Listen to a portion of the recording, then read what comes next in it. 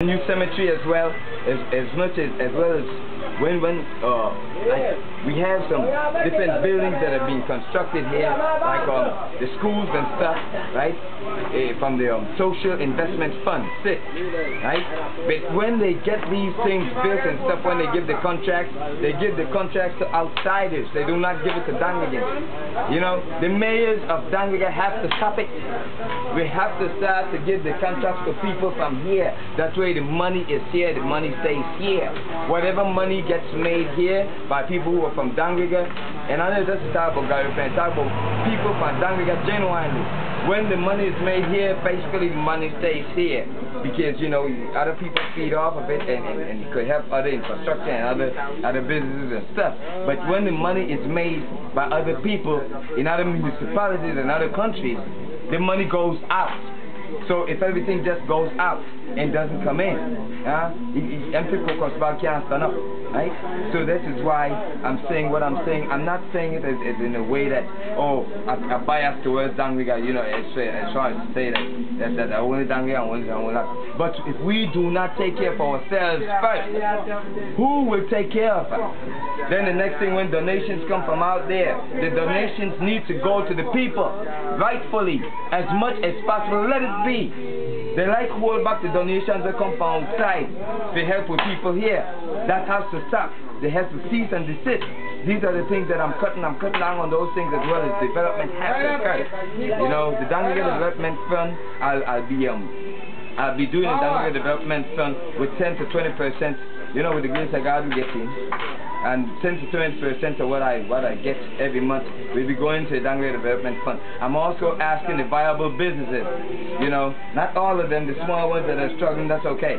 But the bigger ones, the viable businesses, we're asking them for 2%, to put in 2% of the gross or whatever, or their net, you know, into the Dangaga Development Fund every year, or monthly, or quarterly, whichever way it be most accommodatable for them, you know, that they don't feel a pinch or whatever.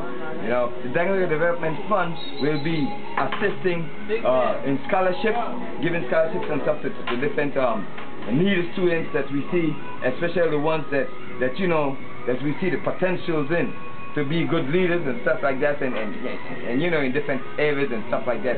As well as it will assist the people who want to start a business or who have a small business, like with $300 to $500 or whatever, and they would give us a return of like, say, 7% or something. 5 to 7% depends on how much we get the money for. You know, like when we borrow money, if we get it for 2-3%, we'll give them for 5%. If we get it for 4-5%, they will have to give it for 7%. But the banks here are giving like 18 to 20%. People cannot afford that. And even DFC here is giving 10 to 12%. It's still not affordable. We got to be realistic, right? Because the whole country right now, the country has, you know, it's a shame, but we got to face reality. The country, there has never been unemployment rate this high in Belize.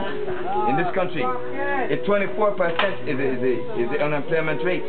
But when it comes to Dangaga, shoot, it's like 45% unemployment rate. I think 42, man. That's not 40, that's more than 40, between 42 and 45%. You know, then a lot of people say we're lazy here, but we're not lazy here. What occurs here is that a lot of people are coming out of high school. For example, just now, ecumenical graduate about 125 to 130 students just now. Just June right here gone. They leave graduated about 85. And we're not talking yet about the sixth form, right? Tertiary level. Tertiary level graduated by 80. And then we're not talking yet about UB, University of Belize, students from here as well. And we're not talking yet about IT vets. And we're not talking yet about the technical high school at Georgetown that some of the people from here go to as well, you know. So when you look at all of these graduates, we have at least about 400 to 500, to be nice, about 500, it's even more, graduates every year. The people that are on board, the mayor and stuff, they're not the higher people, man. We gotta start to hire, and as well too, we gotta have a department there that's like a semi-job agency, that people who have jobs around Dangaga and from other places call us, will call us or come in to us and tell us they need so many people and so many bodies or so many, you know, and employment these fields and stuff that we and the other people, the ones who need to be employed, would come to us as well or call us up and check us and stuff to see how we could, you know, get them fitted into these